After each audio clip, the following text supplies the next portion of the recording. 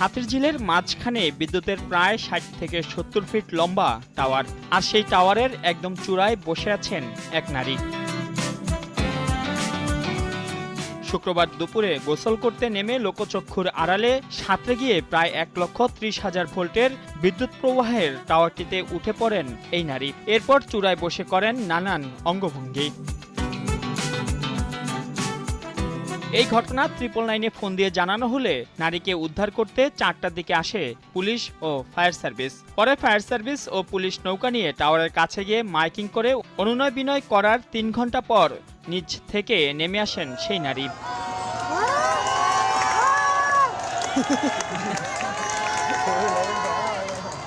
নামার পর ওই নারী জানান তার নাম খুকুমণি, বাড়ি মুন্সিগঞ্জে।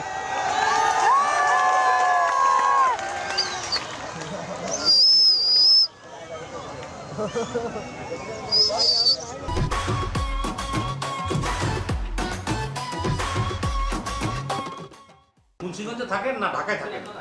আমি সব জায়গায় ঘুরি। হ্যাঁ, আমি সব জায়গায় ডিউটি কাম করি। খালাদা ছেলে সব জায়গায় ডিউটি করেন? খালাদা আমার খালাতে বলি। পিলার উঠছেন কি জন্য আপনি? ছেলে গেছে জনজগণে দেখবে দেখি। হ্যাঁ হ্যাঁ, বুঝি নাই। জনজগণে দেখবে দেখিয়া জনগণ দেখবে দেখি আপনি পিলারে উঠলে। হ্যাঁ। দুপুরে ভাত খেয়েছেন? ভাত আমি খাই না। হ্যাঁ, এখন ভাত খাবেন? খাবার আনাবো? আমি ভাত খাই না, আমি খাই ফল।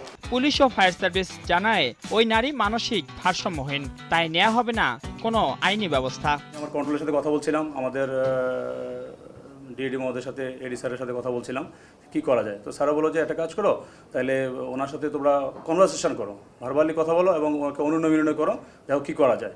আর ইতিমধ্যে কারেন্ট ডিসকানেক্ট করা যায় না। ইতিমধ্যে আমাদের হাতিরঝিল থানার ওসি মহোদয় ইতিমধ্যে আমাদের সাথে এসে জয়েন করেছেন।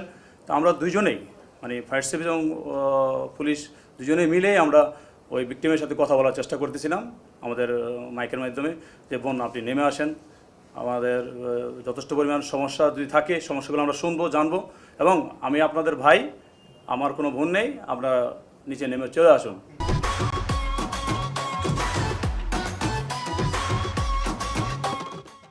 লেকে গোসল করে তার মনের মধ্যে একটা হয়তো কোনো আসছে যে সে এইটার উপর উঠবে, সে সাঁতার কেটে এসে এখানে উঠে যায় সকলের অগোচরে।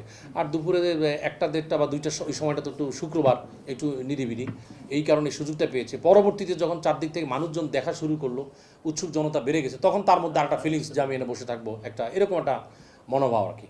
তো যাই হোক, সকলের বিশেষ করে ফায়ার সার্ভিসের সহযোগিতায় এবং আমরা সবাই উভয় মিলে, পুলিশ ফায়ার সার্ভিস মিলে আমরা তাকে নামিয়ে আনতে পেরেছি আর কি। থানার মাধ্যমে